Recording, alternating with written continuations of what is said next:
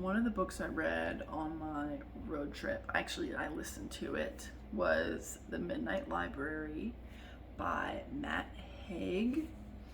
I'm not really sure how to categorize this book. It was kind of fantasy, sci-fi maybe. It was like, what would you call Inception? Yeah, I'll leave it at that. So I gave this book 5 stars. I loved it. Now, I didn't give it 5-star eye emojis. I just gave it 5 lemons, my normal rating system.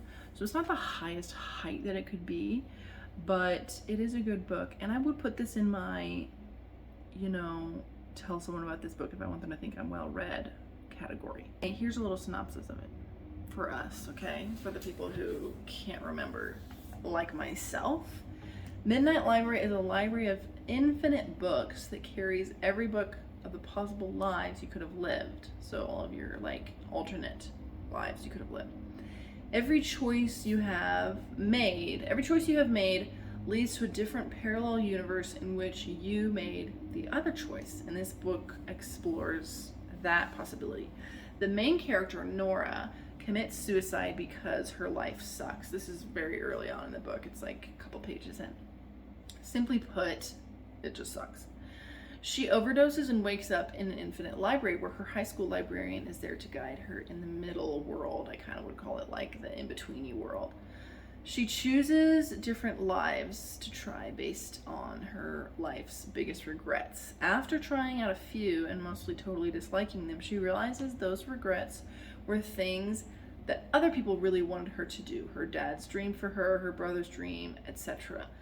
She asks for a gentle life where she was married to maybe she was just dating a guy who she had known in, I think, high school, and she worked as like a vet tech, but she wasn't, that was like closer to what she wanted, but it still wasn't quite right. So then she asks for a life where she was single when there was this guy who asked her out for coffee, but at that time she had a boyfriend, so she said no. But she said, show me a life where I had been single at the time, and I said yes to the coffee.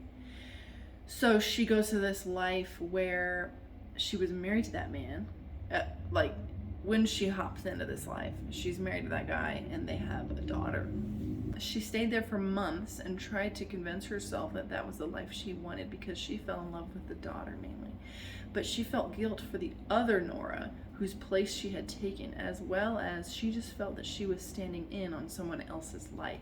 But what she learned from that life was that what she lacked in her own life was love. She didn't have anyone who loved her. She also, throughout the course of her lives, saw her piano student from her regular life, who was like a criminal, and saw an old man who she gets medicine for in her apartment complex, was living in an old folks' home very unhappily. She comes back to the library in this, she hates the library at this point. She has no home, she feels like, and this is just like a fluxy place where she is always finding, she's always going to lives where she's not happy, and even if she is pretty much happy, she still has to come back to this place and pretty much start all over again. So she goes back to the library and she's totally distraught. She felt like she lost the love that she had for her daughter and her husband. And the library starts to burn, and the librarian hands her a book, which is the book of her future, and it's empty. Before the place burns to bits, she writes, "I am alive," in the book, and is sent back to her body where she had overdosed her original life. She vomits, crawls to her neighbor, and asks them to call an ambulance. She goes to the hospital, patches things up with her brother and with her student, and decides to really live her life with no regrets. It sounds really simple. I was explaining this book to my parents, and I was thinking they're not even gonna like to read this. It just didn't sound any good when I was explaining it. But this book really made me feel things, okay?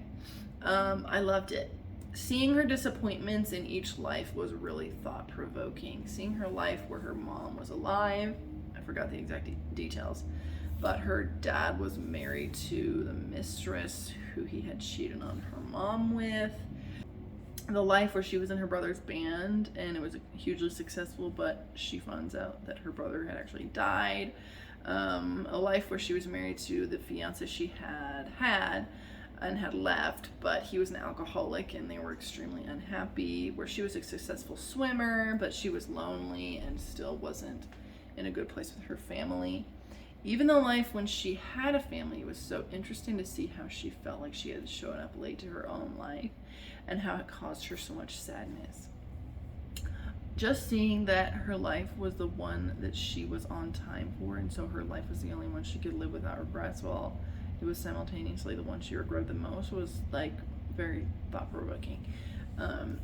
I love the way that the author wrote the character. The life that she hated the most, that she wanted to leave, was the one that was right for her, because every life that she went to, like, something was wrong, somebody was dead or something was worse. Finding out also that she had like a purpose, like she had changed somebody's life, like her piano student's life, she had changed his life, and her neighbor, it was really thought-provoking. And it even did touch on the fact that what I had been thinking about while I was reading it, which was the more lives you try out, probably the less satisfied you're gonna be with any one of them. And I mean, in the end, it seems like that was kind of the purpose of the library, was to show you, like, a lot of people spend their life with regrets and spend their life thinking, what if I had done this, or what if I had done that, or I messed this up, or I wish I would have done this differently. When in reality, like, what if you were to really see those options? You know, the grass is not always greener on the other side. It was really sweet, and I was pretty emotional while I was reading it. I almost cried at the end. It just was very well written and beautifully thought out, and I liked it a lot. Now, of course, I went into Goodreads to look at the reviews there, and they were so scathing. Really shallow, and it was like written for, you know, a really young audience, or it just didn't, it wasn't captivating, it wasn't well written, it wasn't whatever. Which made me feel like, boy, am I stupider than I think? Maybe, but I don't mind because I enjoyed the book. So I thought it was so fun. I want other people to read this so I can talk to them about it. And I thought Hugo, the Hugo character, was really interesting too. Now, he didn't go into him much, but I absolutely would die 1,000,000,000,000,000 deaths if I was sleeping with somebody and so it said, like, you go back to the library whenever you realize that you're not, like, happy, satisfied with that life. And they were literally sleeping together and she left in the middle of it. I would die 1,000,000,000,000 deaths if that happened to me. I loved her husband. Now, I guess, you know, they were not actually, which I hope they ended up getting together in the real, like, root life, but I loved, of course I remember his name, the surgeon. I really liked him. He was like a good guy. I like the book. I recommend it a lot.